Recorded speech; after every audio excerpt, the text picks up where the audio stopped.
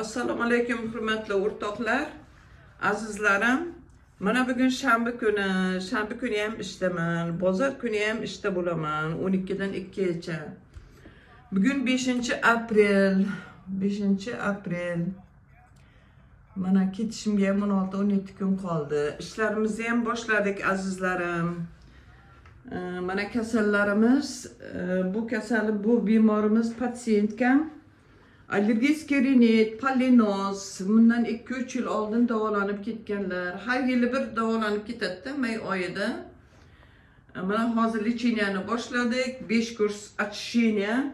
JKT bilan qonni tozalaymiz. Giposensibilizatsionni terapiya o'tkazamiz. Xudo xolasa inshaalloh oddiy bo'lib bu yil nimani o'tkazadilar. Avvalam Alloh.